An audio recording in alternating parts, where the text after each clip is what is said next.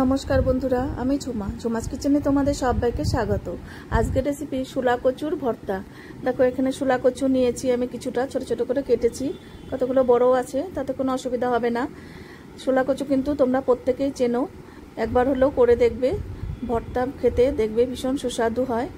এখানে দেখো আছে পেঁয়াজ কুচনো আর রসুন, 7-8 কোয়া রসুন, আর আছে 1 বাটি নারকেল কোড়ানো।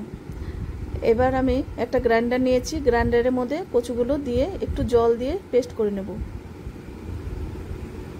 এবার দেখো পেস্ট করা হয়ে গেছে, এবার আমি নামিয়ে নিলাম। এবার একটা বাটিতে ঢেলে নিচ্ছি।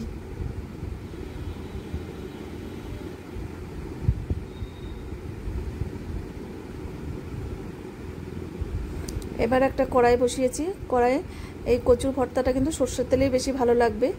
এবার কিছুটা সর্ষের তেল দিয়ে দিলাম।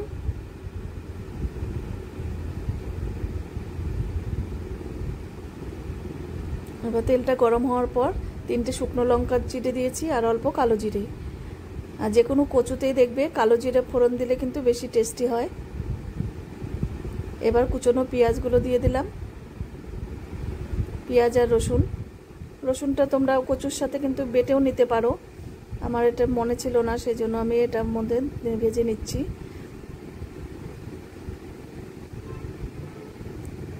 এবার অল্প নুন দিয়ে দিলাম, 1 চামচ হলুদ,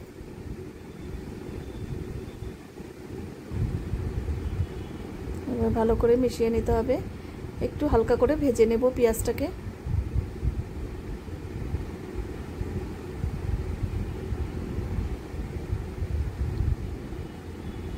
এবার ওই পেঁয়াজের মধ্যে নারকেল কোড়াটা দিয়ে একটু ভাজা ভাজা করে নেব। নারকেলটা কাঁচা দেওয়ার থেকে দেখবে একটু ভেজে দিলে টেস্ট ভালো হবে।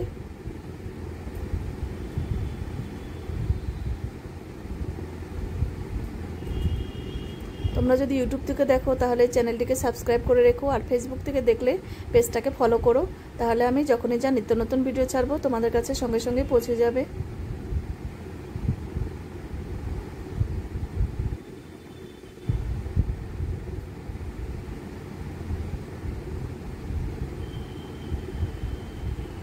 এবার দেখো নারকেল দিয়ে ভাজা হয়ে গেছে, এবার ওই কচুর পেস্টটা দিয়ে দিলাম।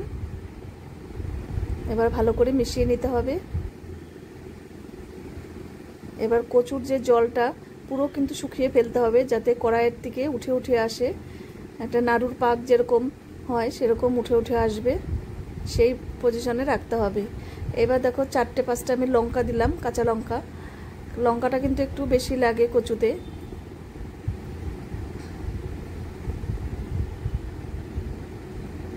এবার মিষ্টির জন্য একটু বাতাসা দিয়ে দিলাম একটা, তোমরা চাইলে চিনি দিয়ে নেবে।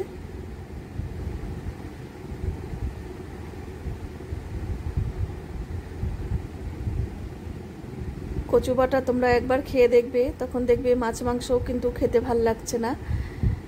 খুবই সুন্দর একটা রেসিপি।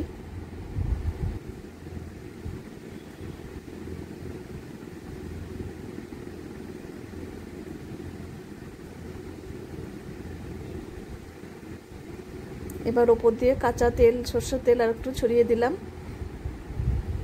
এতে কিন্তু দারুণ একটা সেন্ট হবে কাঁচা সরষের তেলে।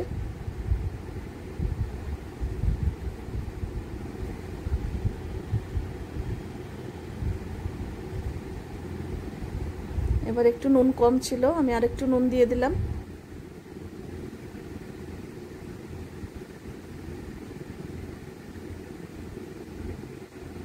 দেখো জলটা কিন্তু একদম শুকিয়ে এসছে, কড়াইয়ের থেকে উঠে উঠে এসছে।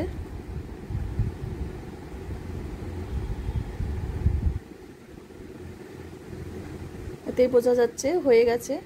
এবার আমি নামিয়ে নিয়েছি, দেখো একটা বাটিতে সার্ভ করে দেব।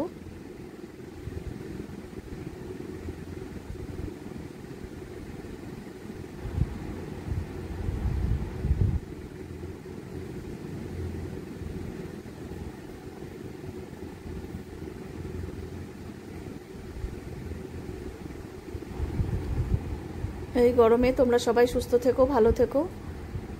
আজকে তাহলে আমি এখানেই রাখছি, এরপরের দিন আবার নতুন কোনো রেসিপি নিয়ে তোমাদের সামনে হাজির হয়ে যাব। এবার আরেকটু সরষের তেল ছড়িয়ে দিলাম। দেখো একদম রেডি। টাটা বন্ধুরা।